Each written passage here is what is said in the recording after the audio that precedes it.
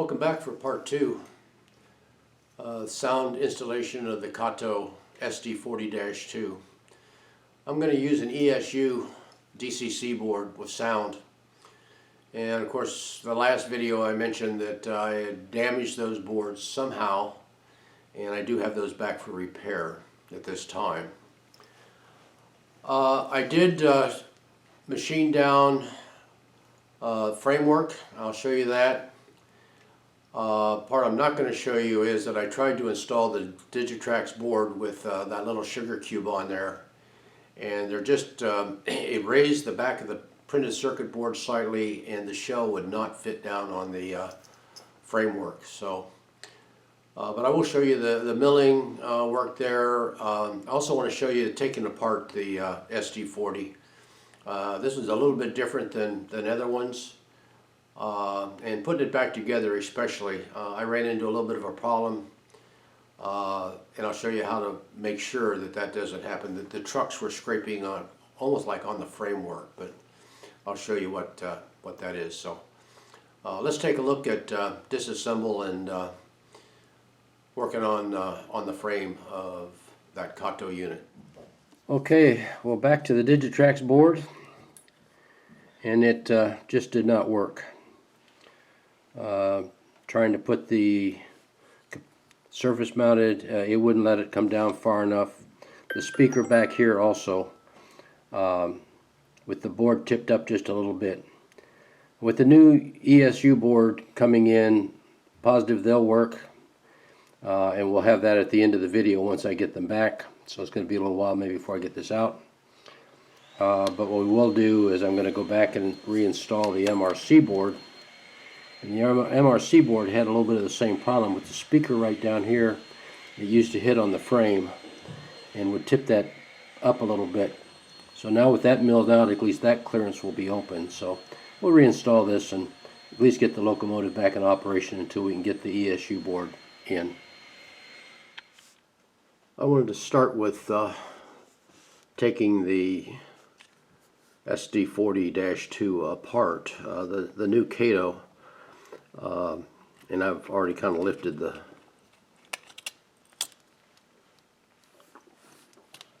that loose, and we'll remove the board. No, this is the newer model. I've seen the ones that have actually got a screw in the front and back. These don't. It's pretty much held together with the fuel tank and the motor frame work here with these two little clips here. So I wanted to take this apart and kind of show you. The first time I had scratched my head a little bit. And anyway, let me show you how this is done. I'll get the Kapton tape off, and then we'll you got to pull the trucks first before you can get the fuel tank due to this piece of plastic that runs around the bottom of it. So you get the Kapton tape off.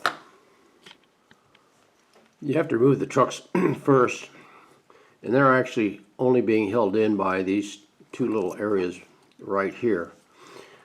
You can't pull them out, or you may damage them. I use a small screwdriver, and if you open that up just a little bit and a little bit of finesse, the truck should drop out.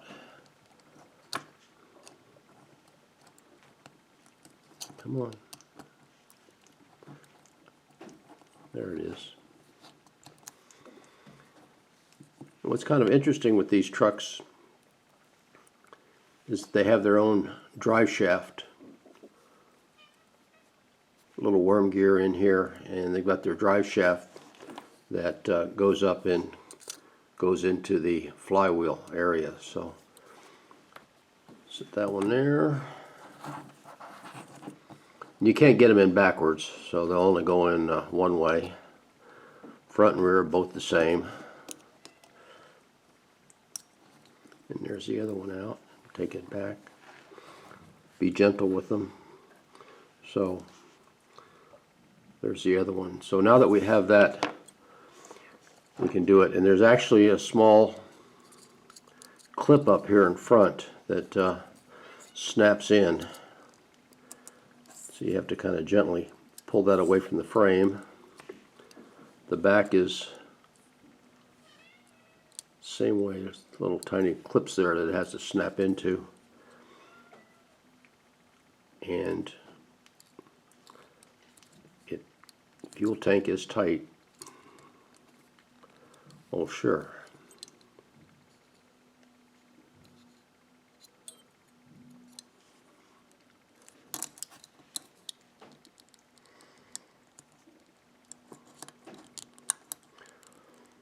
To be continued in the next video is, so I am trying to remove, there it is. Okay, we will put that aside, and the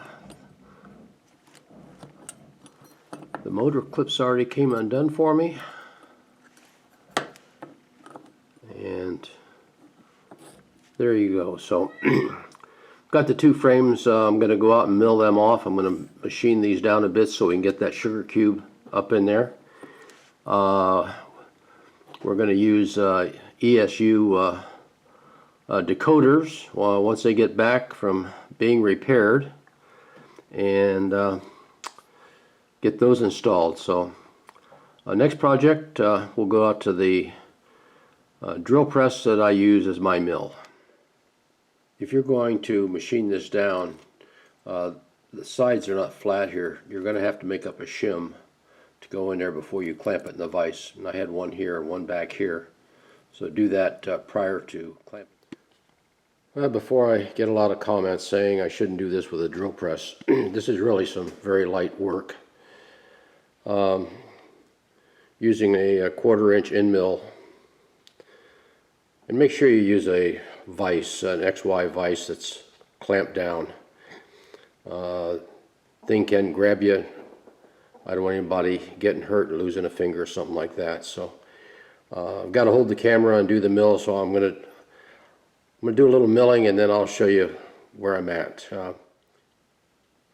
Okay, we have it down to about 4.5 mils clearance in there. I'm not sure if I want to go much more. That truck tower comes up right in this area here, and I don't think I want to take off any more, so we're going to stop there, and we can reassemble this portion of it. Here I put the motor back in, and there are tabs up here on the very top of the motor. It'll only go in the framework one way, and if you notice here that this metal work here is so narrow now, trying to put a speaker in this fuel tank would never work. So we can have that one there.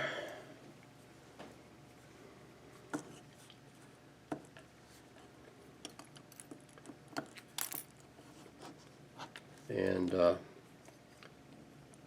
this will clip right together, those pieces there. And we're ready to put the fuel tank back on. To install the fuel tank, we put on the little brass rails here for pickup. The fuel tank will only go on one direction.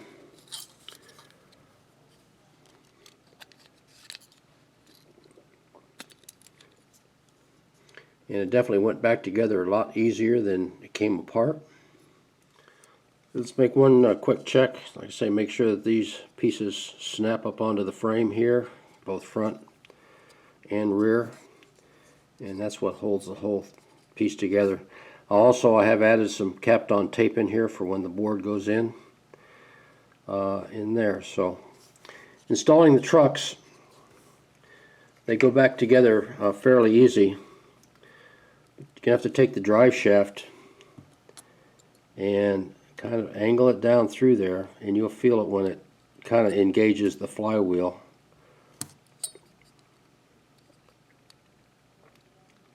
And it just snaps right up in there. And make sure it's nice and free. I interrupt this for a very important announcement that I just received back a package from ESU with my decoders. 13-day turnaround. I was amazed. Their repair shop is up in Pennsylvania, and very quickly turned these around, so thank you very much. So let's take a look now at how this decoder fits into the Kato SD40-2. I've just installed the board. I don't have the clips on the side here yet. But here you can see this board is a lot shorter. Gives us quite a bit of room back here. And here's the speaker that Sugar Cube will be installing. So we've got lots of room back there to put that in. Got the board installed in the frame, the ESU, got the speaker, and we've got, looks like we have lots of clearance back here. So let me get the shell on that and we'll see how it operates. We'll do a little whistle and the bell. I thought this was not going to be loud enough, but with the shell on it, it really brings the volume up. We'll do a 8 to get it started.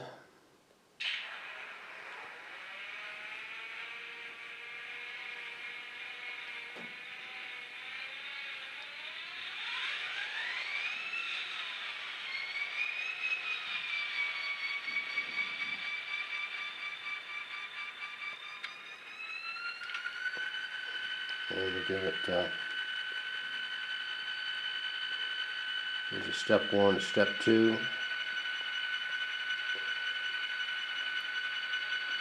Very smooth.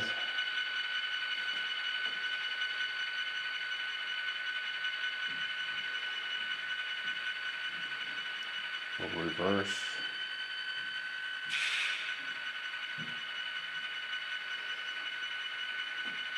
Here's a step 3.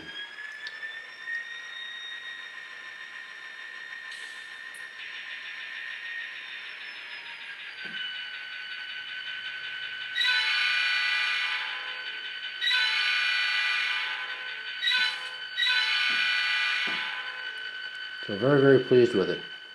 Gonna wrap this video up. Went a little bit long on it, but hopefully I've given you tips and ideas of getting the ESU board in with a little mini speaker in there.